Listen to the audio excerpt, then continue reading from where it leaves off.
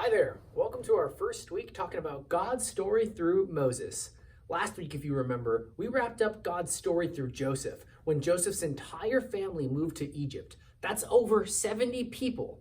They moved to Egypt because of God's super duper amazing genius plan to get his people from Canaan to Egypt so that they would survive an incredibly long and awful famine. A famine is a period of time in which food barely grows from the ground. So they had almost no food throughout those 7 years. But because of God's great plan, God moved Joseph's family all the way to Egypt where they were able to remain safe. Eventually, Joseph passed away, and his large family turned into a small nation of people. When this happened, though, things started to take a turn for the worst. You see, a new Pharaoh was in town, and he did not know these people. In the Bible, Joseph's story ends at the end of the first book, Genesis, and Moses' story begins at the beginning of the second book, Exodus. So we'll be in Exodus today. As I said before, Joseph's big family turned into a small nation, and they were called the Israelites, or Hebrews. We're going to read in chapter 1, starting at verse 8, if you'd like to follow along. Then a new king, to whom Joseph meant nothing, came to power in Egypt. Look, he said to his people, the Israelites have become far too numerous for us. Come, we must deal shrewdly with them. Shrewdly means like sly or sneakily. Or they will become even more numerous, and if war breaks out, will join our enemies, fight against us, and leave the country. So they put slave masters over them to oppress them with forced labor. Move that boulder! Double time! Move those rocks! I want that tree on the ground! Get that tree! So Pharaoh's afraid of the Hebrews rebelling against them, so he puts them into slavery so that they hate him? Doesn't make much sense. You see, Pharaoh thought showing off his power and intimidating the Hebrews was the way to make them fall into line and make it so that they would never rebel against him. But that is never all right, and it will only cause problems for people when you mistreat people, especially on such a large scale. And Pharaoh ultimately is going to learn this the hard way. The more and more afraid Pharaoh became of the Israelites, the more and more he oppressed them and overworked them.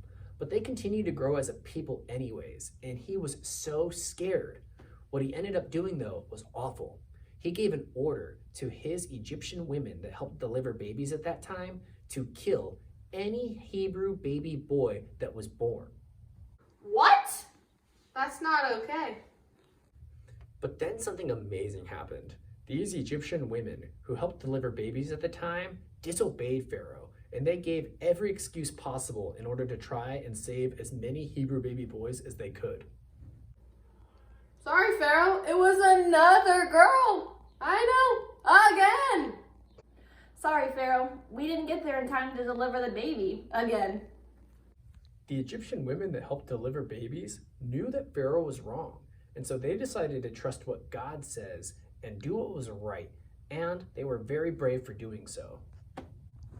But Pharaoh let hate and fear rule his life, and when the people of Israel began to increase in numbers, he gave the order to everybody in the kingdom to kill every single Hebrew baby boy that was born. They're too dangerous to be kept alive. Pharaoh thought that strong Hebrew men were his only problem, but what he didn't realize was that it was going to be some strong Hebrew women whose great and brave decision-making would lead to Pharaoh's ultimate downfall. One Hebrew woman had a baby that she hid from Pharaoh for a long time until she couldn't do it anymore. So she put the baby in a basket, prayed to the Lord, and put the baby on a riverbank, hoping that God would somehow miraculously save this baby. God,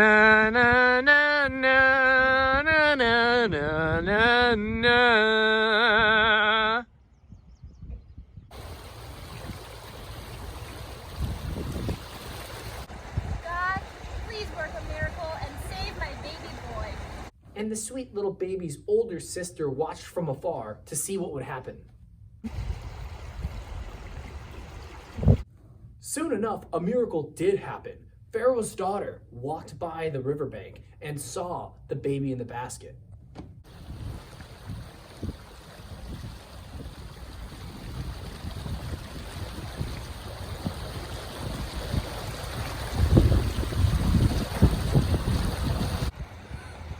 It's one of the Hebrews' baby boys.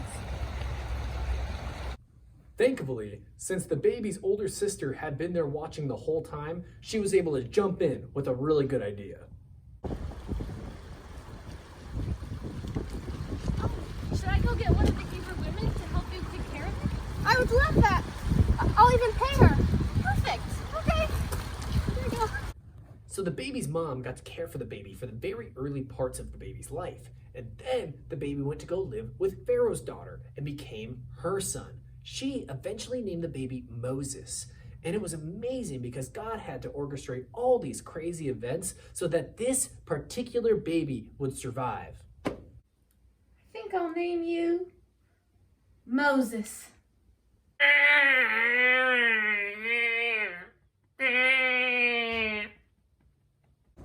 Moses grew up and he one day went to go visit his people, the Hebrews, and saw that they were being forced to do all sorts of impossible labor.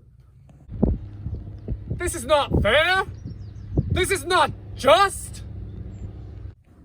In his rage, Moses actually killed an Egyptian who was beating up a Hebrew. This was so wrong, and Moses just tried to cover it up and pretend like it had never happened.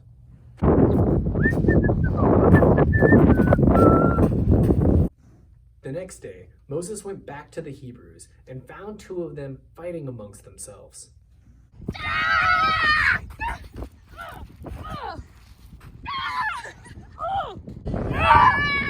Hey, hey! Listen. We're all Hebrews. Why are you fighting each other?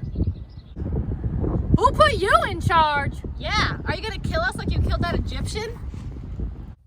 Moses was terrified. He thought that no one had known what he had done. He was so scared, in fact, that he fled and ran away to a land called Midian to try and forget all about his life back in Egypt.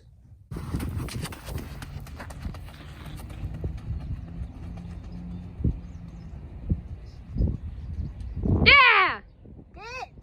And stay out! What will happen to Moses next week? Will he return to Egypt? Will he become a pizza delivery guy? Who knows? Stay tuned and join us next time to see what happens in God's story through Moses next.